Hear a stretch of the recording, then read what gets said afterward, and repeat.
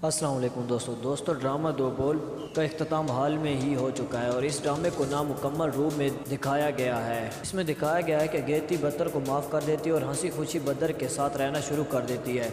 बदर दूल्हा बनता है और गेती दुल्हन, और यहाँ पर हो जाता है ड्रामे का एंड। लेकिन आखिर में समीर को नहीं दिखाया गया इसका क्या बना, इसको अपनी मोहब्बत मिली या नहीं मिली। और एक तरफ फरिया का भी वाज़ेह इंजाम नहीं दिखाया गया और फिर ज़फ़र का भी कोई ख़ास इंजाम नहीं दिखाया। ज़फ़र आपा और फरिया का इंजाम दिखाना चाहिए था और समीर का क्या बना इसके बारे में बताना चाहिए था। ड्रामा दो बोल का सीज़न 2 आना चाहिए और इसमें समीर को अपनी मोहब्बत मिलनी चाहिए और हो सकता है कि इन सब बातों के लिए आपको हमारी वीडियो ज़्यादा से ज़्यादा शेयर करनी चाहिए ताकि ARY की टीम तक हमारी आवाज़ पहुंच सके।